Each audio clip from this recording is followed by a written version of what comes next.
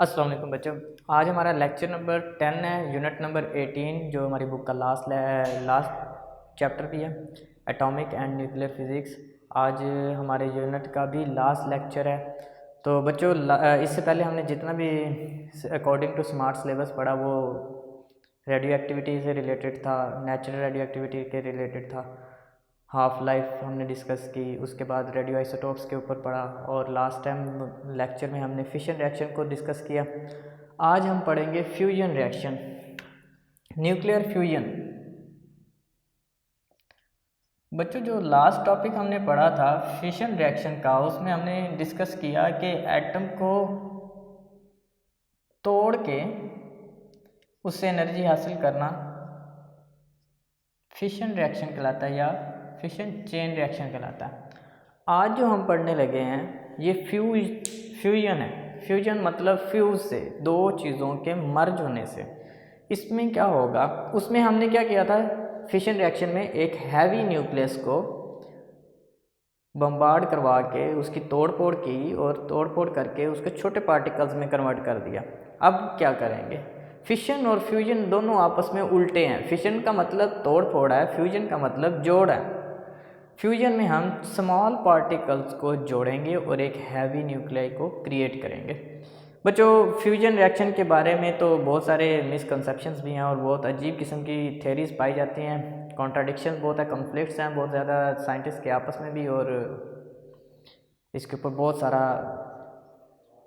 Conflict है knowledge के ऊपर कि फ्यूजन रिएक्शन के बारे में जो सबसे बड़ा अजीब किस्म का क्वेश्चन है वो ये है कि इसको अर्थ की सरफेस पे जनरेट नहीं किया जा सकता, क्योंकि इतना ज़्यादा प्रेशर और इतनी ज़्यादा न्यूक्लियर फोर्स क्रिएट ही नहीं की जा सकती अर्थ की सरफेस के ऊपर। क्योंकि फ्यूजन रिएक्शन के बारे में कहा जाता है कि ये स्टार्स और सन के अंदर होने वाला रिएक्शन है। ये सन के अंदर और स्टार्स के अंदर ऐसा रिएक्शन होता है जिसमें small particles of helium and hydrogen आपस में जुड़ते हैं और उनके कम्बिनेशन से एक बहुत बड़ी अमाउंट ऑफ एनर्जी हासिल होती है। तो बच्चों, इसको अगर हम डिफ़ाइन करें तो बहुत इजी सा है और ब्रीफ सा टॉपिक है आज हमारा। तो डेफिनेशन में ये है, द फ्यूजन ऑफ या कन्वर्जन ऑफ, द फ्यूजन क्या लेते हैं, the fusion of small particles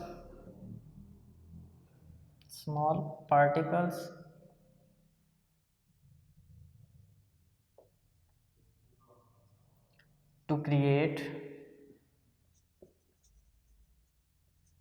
a heavy nuclei with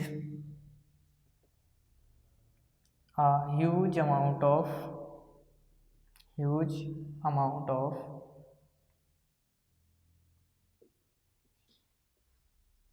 huge की जगह आप लार्ज भी लिख सकते हैं, huge amount of energy.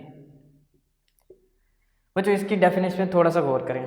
Fusion को आप कन्वर्जन भी कह सकते हैं, आप इसकी जगह कन्वर्जन का वर्ड यूज़ करते हैं। The fusion of small particles, छोटे पार्टिकल्स का आपस में जुड़कर, टू क्रिएट, ताकि पैदा करना, बनाना, अ हैवी न्यूक्लियाई, एक बड़ा nucleus, with a huge amount of energy, और साथ में एक बहुत बड़ी मिकदार एनर्जी की खारिज करना, that is called nuclear fusion. Explanation में आते हैं बच्चों। इसकी एक्सप्लेनेशन में जो आपकी बुक में एग्जांपल्स कोट की गई हैं वो सन और स्टार की हैं, और एक जनरल फ्यूजन रिएक्शन भी है। अगर हम इसके अंदर सन की बात करें और स्टार्स की बात करें, तो सन और स्टार के अंदर जो रिएक्शन हो रहा है वो हाइड्रोजन पार्टिकल्स या हीलियम न्यूक्लाई का हो रहा है। दो हीलियम पार्टिकल आपस में मर्ज होके, फ्यूज़ होके एक नया एलिमेंट बनाते हैं, और उस नए एलिमेंट से के साथ एक ह्यूज अमाउंट ऑफ एनर्जी खारिज करते हैं, बहुत ज़्यादा मिकदार में एनर्जी खारिज करते हैं। और इसके एक्सप्लेनेशन में एक बड़ा इम्पोर्टेंट पॉइंट ये है कि वो कहते हैं कि जो पार्टिकल स्मॉल हैं वो आपस में मिलने के बाद जो नया पार्टिकल बना उसे पेरेंट एलिमेंट से बड़ा होना चाहिए था, लेकिन वो बड़ा नहीं होता, बल्कि मैस में ओरिजिनल या पेरेंट एलिमेंट से लेस होता है। The daughter nuclei is smaller या लेसर, स्मॉलर और laser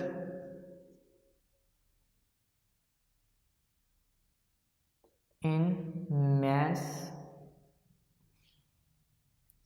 than its parent elements, parent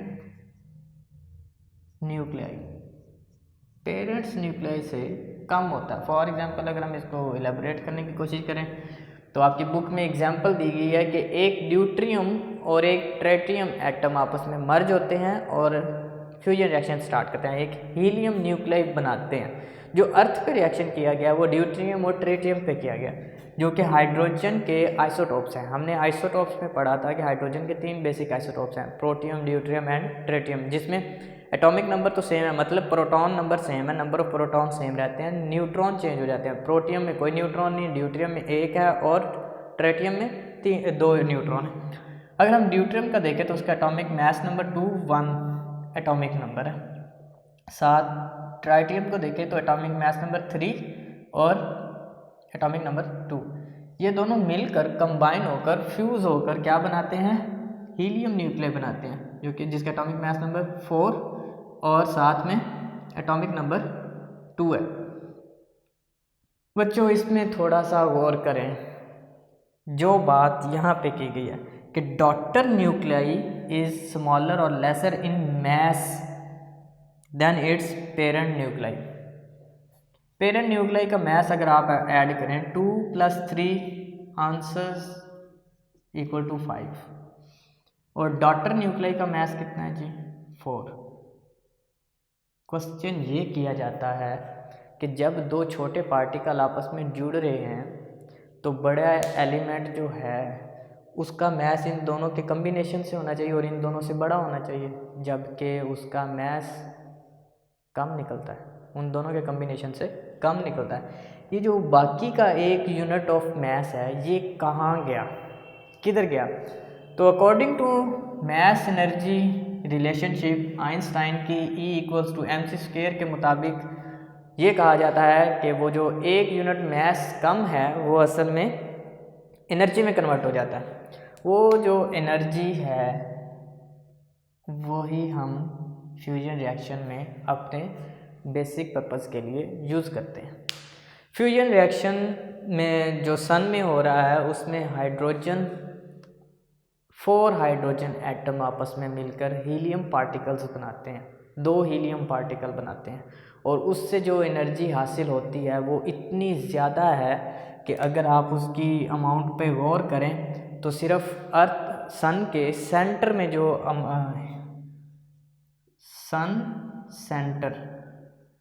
सन के जो सेंटर में टेम्परेचर है वो 20 मिलियन केल्विन है, 20 मिलियन केल्विन।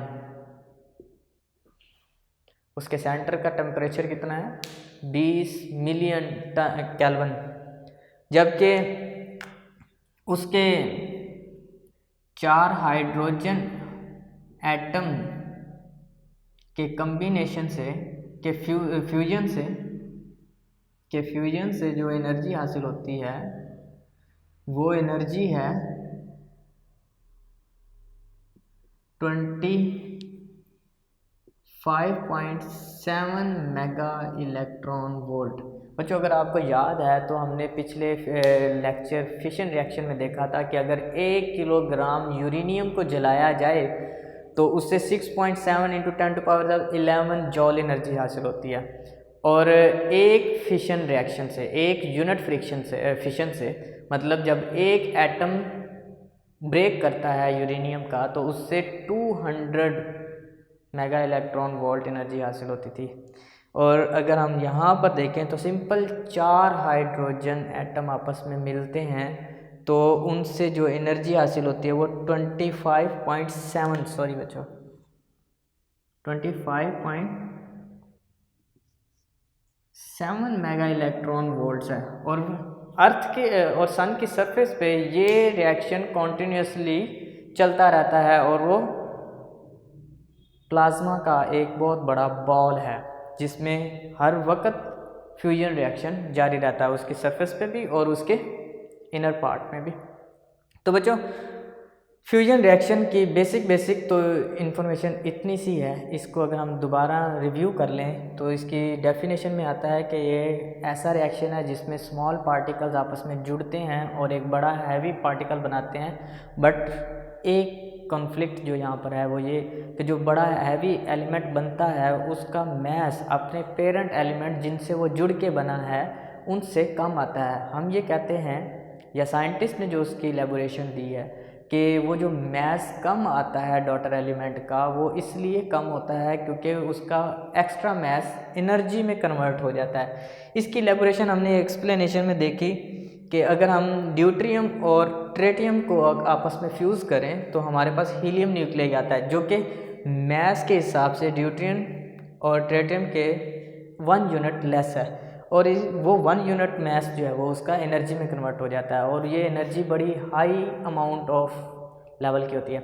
इससे हट के अगर हमने एक्स्ट्रा इन्फॉर्मेशन में देखा कि सन के ऊपर जो कि फ्यूजन रिएक्शन का बहुत बड़ा सोर्स है, या एग्जाम्पल भी सबसे बड़ी और समझने के लिए आसान तरीन सन की सरफेस के ऊपर होने वाला रिएक्शन है, वो उसमें हमने देखा कि 4 हाइड्रोजन एटम्स हैं जो आपस में फ्यूज़ होते हैं। तो एक फ्यूजन से, सिंगल फ्यूजन से 25.7 मेगा इलेक्ट्रॉन वोल्ट एनर्जी खारिज होती है, और अगर हम उसकी एनर्जी का अंदाज़ा लगाएं तो सिर्फ उसके सेंटर के, अर्थ सन के जो सेंटर में जो एनर्जी की अमाउंट है वो 20 मिलियन केल्विन टेम्परेचर तक पहुंच जाती है।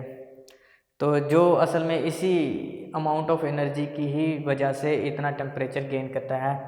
तो बच्चों, यहाँ पे हमारे न्यूक्लियर फ्यूजन रिएक्शन का एंड हो जाता है। ये कोई ख़ास ज़्यादा टॉपिक एक्सपेंड नहीं है, ये शॉर्ट क्वेश्चन के पर्सपेक्टिव से तो बहुत ज़्यादा इंपॉर्टेंट है, और लॉन्ग में इससे ज़्यादा इंपॉर्टेंट फ्यूजन रिएक्शन वाला है। तो बच्चों, आपको इस टॉपिक से रिलेटेड कोई भी इंफॉर्मेशन है तो आप लोग खुद से भी शेयर कर सकते हैं, और आज के टॉपिक में अगर कोई क्यूरी है तो आप लोग वो ग्रुप में शेयर कर सकते हैं। इसके साथ ही हमारा आज का लेक्चर भी ख़त्म होता है और हमारा यूनिट भी वाइंड अप हो जाता है। बच्चों, इसके साथ आपके लिए एक नोटिस है, और नोटिस ये है कि जैसे ही हमारे लेक्चर जो हमारे चैप्टर कंप्लीट हो चुके हैं, हम हर चैप्टर का टेस्ट भी लेंगे। तो बच्चों, आज का चैप्टर जो जहाँ पे कंप्लीट हुआ है, इसका एक MCQ बेस्ड टेस्ट होगा, जिसको हम गूगल डॉक्स एक ऑनलाइन बेस पे आपको एक लिंक आ जाएगा, आपको ग्रुप में शेयर किया जाएगा या आपकी वीडियो के डिस्क्रिप्शन में होगा। तो आप लोगों ने वो गूगल डॉक्स एक ऑनलाइन टेस्ट होगा, पेज बन के आएगा, MCQ बेस्ड टेस्ट होगा। आप लोगों ने उस पर अपने MCQ और टेस्ट को कंप्लीट करना और सबमिट कर देना है। अगर आपको इससे रिलेटेड कोई भी क्वेश्चन है तो आप लोगों ने ग्रुप में शेयर करना है और डिस्कशन करनी है। आज के लिए बच्चों इतना ही, इंशाल्लाह कल, और अल्लाह हाफिज़।